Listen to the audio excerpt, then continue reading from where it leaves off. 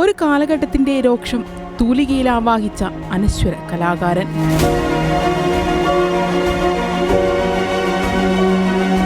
എഴുത്തിന്റെ വിപ്ലവം സൃഷ്ടിച്ച മലയാളത്തിലെ ചെറുകഥാകൃത്തുക്കളിൽ പ്രമുഖനായിരുന്നു പൊൻകുന്നം വർക്കി. മലയാള സാഹിത്യത്തെ സ്നേഹിക്കുന്ന ആരും വായിച്ചിരിക്കേണ്ട ഒരു കഥയാണ് ശബ്ദിക്കുന്ന കലപ്പ.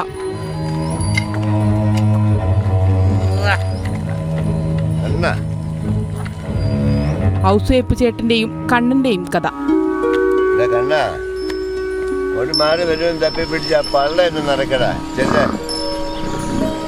പൊൻകുന്നം വർക്കിയുടെ തൂലികയിൽ വിരിഞ്ഞ അതീവ ഹൃദയസ്പർശിയായ ആ കഥ ഒരു കൃഷിക്കാരന് അയാളുടെ കാളയോടുള്ള ഹൃദയസ്പർശിയായ ബന്ധത്തെ കാട്ടിത്തരുന്നു.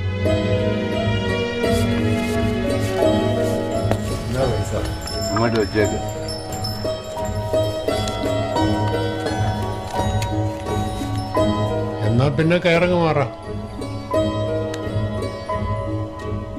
നവോത്ഥാനകാല മലയാള സാഹിത്യത്തിലെ ഉജ്ജ്വല രചനകളിൽ ഒന്നായിരുന്നു പൊൻകുന്നം വർക്കിയുടെ ശബ്ദിക്കുന്ന കലപ്പ. നാടകവും ചെറുകഥയും ഉൾപ്പെടെ 50ഓളം കൃതികൾ വർക്കിയുടേതായി പ്രസിദ്ധീകരിക്കപ്പെട്ടിട്ടുണ്ട്. എണ്ണപ്പെട്ട ചില മലയാള സിനിമയ്ക്ക് കഥയും സംഭാഷണവും രചിച്ചിട്ടുണ്ട് ഈ അതുല്യ പ്രതിഭ. കഥകൾ എഴുതിയതിന്റെ പേരിൽ അധികാരികൾ വർക്കിയെ അധ്യാപന ജോലിയിൽ നിന്നും പുറത്താക്കി.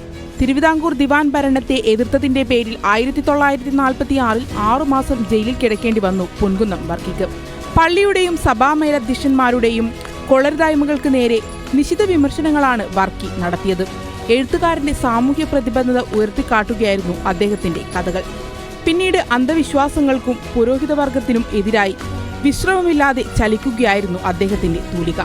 വർക്കിയുടെ കഥകൾ മതമേലധ്യക്ഷന്മാരുടെയും അധികാരി വർഗത്തിനെയും വിരളി പിടിപ്പിക്കുക തന്നെ ചെയ്തു. 1930കളുടെ അവസാനത്തിൽ മലയാള സാഹിത്യ രംഗത്തേക്ക് കടന്നുവന്ന പൊൻകുന്നം വർക്കി തന്റെ തൂലിക പടവാളാക്കി ജീവിച്ചു.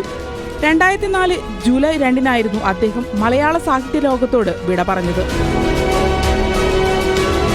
മുതലാളിത്തത്തിനും കിരാത ഭരണകൂടത്തിനുമെതിരെ പോരാടിയ പൊൻകുന്നം വർക്കി തന്റെ എഴുത്തിൽ വരുത്തിയ വിപ്ലവം ഒരു ജനതയുടെ ചിന്താശേഷിയെ വ്യാപിപ്പിച്ചു. Saranya Poyyeri, news desk, Kairali news.